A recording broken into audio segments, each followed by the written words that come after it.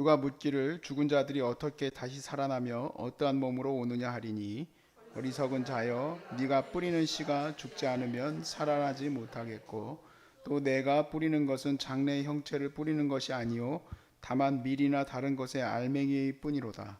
하나님이 그 뜻대로 그에게 형체를 주시되 각 종자에게 그 형체를 주시느니라. 육체는 다 같은 육체가 아니니 하나는 사람의 육체요 하나는 짐승의 육체요 하나는 새의 육체요 하나는 물고기의 육체라. 하늘에 속한 형체도 있고 땅에 속한 형체도 있으나 하늘에 속한 것의 영광이 따로 있고 땅에 속한 것의 영광이 따로 있으니 해의 영광이 다르고 달의 영광이 다르며 별의 영광도 다른데 별과 별의 영광이 다르도다. 죽은 자의 부활도 그와 같으니 썩을 것으로 심고 썩지 아니할 것으로 다시 살아나며 욕된 것으로 심고 영광스러운 것으로 다시 살아나며 간 것으로 심고 강한 것으로 다시 살아나며 육의 몸으로 심고 신령한 몸으로 다시 살아나나니 육의 몸이 있은즉 또 영의 몸도 있느니라. 기록된 바 첫 사람 아담은 생령이 되었다함과 같이 마지막 아담은 살려주는 영이 되었나니 그러나 먼저는 신령한 사람이 아니요 육의 사람이요 그 다음에 신령한 사람이니라. 첫 사람은 땅에서 났으니 흙에 속한 자이거니와 둘째 사람은 하늘에서 나셨느니라.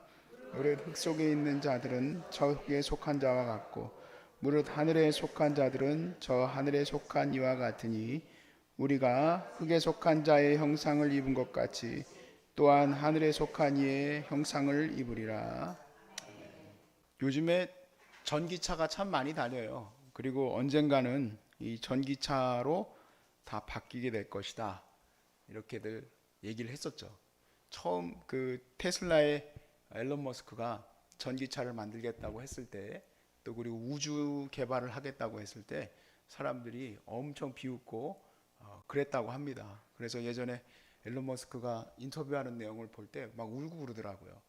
그러면서 이제 우주 개발에 어떻게 보면은 굉장히 그 유명한 위인과 같은 분, 자기가 굉장히 존경하시는 분을 정말 삼았던 분이 있는데 그분이 그렇게 자기를 그렇게 비웃던 거에 대해서 되게 많이 슬퍼했던 것을 보았어요. 근데 그분이 그런 얘기를 했어요. 일론 머스크가 과학은 절대 가만둔다고 발전하지 않는다. 열심히 그 목표를 향해서 추구해야 된다. 그러더니만 결국에는 오늘도 아침에 이렇게 출근해서 올라오는데 이렇게 파란색 판을 달고 올라오는데 파란색 판이 뭔지 아시죠? 네, 전기차예요. 근데 아직은 저도 전기차를 끌고 싶은 마음은 없어요. 근데 언젠가는 전기차로 싹 다 바뀔 것 같아요. 언젠가는. 그 아마 충전하거나 뭐 이런 것들이 조금 더 개선되면 아마 많은 사람들이 전기차로 바뀌지 않겠습니까? 그러면은 지금 개솔린 차 뭐 최고로 좋은 차 있다고 해도 개솔린 차는 앞으로 50년 뒤에는 별로 타고 싶은 마음은 안 들 거예요. 아무리 지금 뭐 최고로 좋은 차라고 해도 개솔린 차는 그냥 그것으로 끝난 거죠. 우리가 부활의 육체를 입는 것은 이와 같습니다. 지금 이 연식은요 구닥다리예요. 이거 막 병들어, 막 암도 생기고 눈도 막 그냥 녹내장 생겨가지고 안 보이고 비 오는 날 막 허리가 아프고 그런 게 우리 육체예요. 그런데 부활체는 영원한 생명을 누린다는 것을 여러분 알고 계십니까? 또 믿고 계십니까? 네. 그 부활의 육체에 대해서 우리 사도 바울이 얘기하고 있습니다. 여러 가지 육체가 있지만 모든 육체가 다 같은 육체는 아니다 라고 오늘 얘기를 하고 있어요. 또한 모든 영광이 다 같은 영광이 아니다. 지금 이 땅에서의 영광은 하늘에서의 영광과 비교조차도 할 수가 없다라는 거예요. 자, 오늘 부활한 육체는 어떤 특징을 가지는지 본문을 통해서 한번 볼 수가 있는데, 사실 우리 이해로는 부활한 육체가 어떻게 될지는 사실 알 수가 없죠. 그건 본 적이 없으니까 그렇죠. 본 적이 없습니다. 그런 실험들은 하더라고요. 우주에 갔다 온 사람들이 어떻게 육체적으로 약해지는지, 어떤 변화가 있는지 그런 연구한 건 저도 다큐멘터리로 보았습니다. 아무래도 중력이 없다 보니까 근력이 약해지고 여러 가지가 뭐 많이 부족해지는 것들을 보면서 근력을 위해서 또 억지로도 중력을 만들기도 하더라고요. 그런 걸 우리가 눈으로 볼 수 있기 때문에 하는 거지만 부활체는 예수님 때만 잠깐 볼 수 있었던 거기 때문에 우리는 알 수가 없습니다. 여기 좀 특별한 말이 있는데 씨앗을 심는 것에 대한 부분입니다. 씨앗. 우리의 현재의 육체는 그냥 없어질 육체예요. 그래서 이 땅 가운데 살아가면서 우리가 심는 것들은 이 육체를 위해서 살아갈 수밖에 없죠. 썩어질 육체를 위해서 옷도 사야 하고 또 썩어질 육체의 영광을 위해서 내 나름대로 열심히 살아가야 합니다. 그런데 우리가 진정으로 내 삶에서 심어 나가야 할 것은 썩을 육체를 위한 것이 아니라는 거예요. 뭘까요? 부활의 육체를 위해서 심어 나가야 되는 거죠. 부활의 육체를 위해서. 부활의 영광을 여러분 거둬들일 것을 기대하시길 바라요. 부활의 것을. 다 정말 사람들이 이 땅을 위해서 살아갈 수밖에 없는 그러한 곳이지만 특별히 여러분에게는 하나님이 이 육체의 한계를 경험케 하셨기 때문에 이럴 때는 우리가 잠시 멈추게 됩니다. 스탑되게 돼요.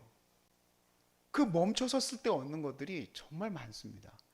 그 중에 가장 첫 번째로 얻어야 될 게 영원한 생명이에요. 우리 육체가 이렇게 유한하다는 것을 다시 또 붙들고 붙들어야 돼요. 마태복음 17장 2절 말씀에 예수님이 부활한 모습으로 바뀌었는데 그 모습이 어떻게 됐느냐? 그들 앞에서 변형돼서 그 얼굴이 해같이 빛나며 옷이 빛과 같이 희어졌더라. 여러분들의 모습이 빛처럼 해처럼 빛나게 되는 모습을 기대하게 되니까 너무 놀라지 않습니까? 암에 걸리면 일단 얼굴빛이 무엇으로 바뀌어요? 거무죽죽해집니다. 보니까 머리도 많이 있네요. 뭘 두고 쓰시고 다니셨어. 머리가 많이 있으시네. 암에 걸리면 머리도 빠지게 돼요. 사람이 딱 누가 봐도 아, 저 사람 병들었구나 하고 알 수 있어요. 이렇게 보호자들과 함께 지금은 이제 못 오게 하지만 보호자들하고 같이 이렇게 쭉 와요. 그럼 이렇게 제가 돌아보면서 누가 암 환자인지 다 알죠. 아, 이분이 암 환자구나. 제가 눈썰미가 좋아서가 아니라 암 환자는 벌써 병이 깊이 와 있어요. 그런데 여러분 건강해지고 또 더 이상 항암도 안 하게 되면 벌써 얼굴에 빛깔이 달라져요. 나갈 때쯤 된 사람들은 벌써 빛깔이 달라. 저 보세요, 영숙 사모님. 빛깔이 달라, 빛깔이. 때깔이 달라져. 그리고 이제 집에 가는 거예요. 여러분의 모습이 빛처럼 빛날 것을 기대하시길 바라요. 이 땅에서 우리가 정말 뭐 보톡스도 맞고 별거 화장품 좋은 것도 다 갖다가 찍어 바르고 난리를 쳐도 안 됩니다. 부활체하고 비교가 될 수가 없습니다. 할렐루야. 그러니까 그것을 더 영광스럽게 생각하고 더 그것을 기대해야 되겠죠. 48절에 보니까 무릇 흙에 속한 자들은 저 흙에 속한 자와 같고 무릇 하늘에 속한 자들은 저 하늘에 속한 이와 같으니. 49절에 우리가 흙에 속한 자의 형상을 입은 것 같이 또한 무엇에 속한 자의 형상을 입어야 되겠습니까? 하늘에 속한 자의 형상을 입어야 할 것입니다. 하늘에 속한 자의 형상을 어떻게 입겠습니까? 우리가 하늘에 속한 자의 형상을 지금 뭐 내가 죽지도 않았는데 어떻게 입겠어요? 예수님의 삶을 우리가 동일하게 살아가는 거예요. 예수님의 삶을 살아가는 거예요. 그리하면 내가 지금 투자하고 살아가는 이 삶이 하늘의 영광을 위해서 살아가는 삶이 될 것입니다.